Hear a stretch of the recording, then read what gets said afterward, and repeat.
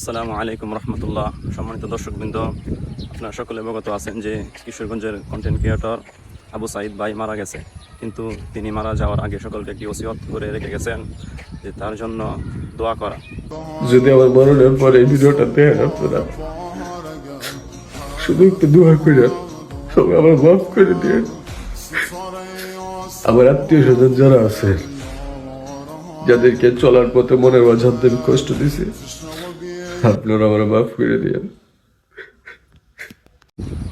তাই আমরা সূরা ফাতিহা একবার, সূরা ইখলাস 3 বার পড়ে তার জন্য দোয়া করি।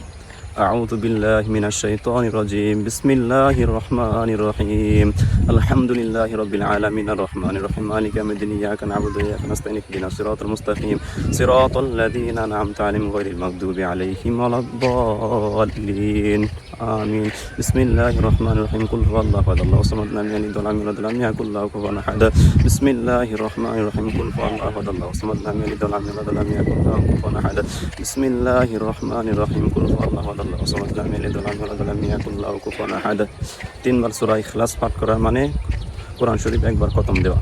তাই আমরা যারা সকলেই শুনেছি কোরআন শরীফ একবার খতম দিয়েছি। তাই আমরা সকলেই আল্লাহ রাব্বুল আলামিনের কাছে দোয়া করি, আল্লাহ রাব্বুল আলামিন যেন আবু সাইদ ভাইকে জান্নাতুল সর্বোচ্চ স্থান, জান্নাতুল ফেরদাউস দান করেন। আমিন।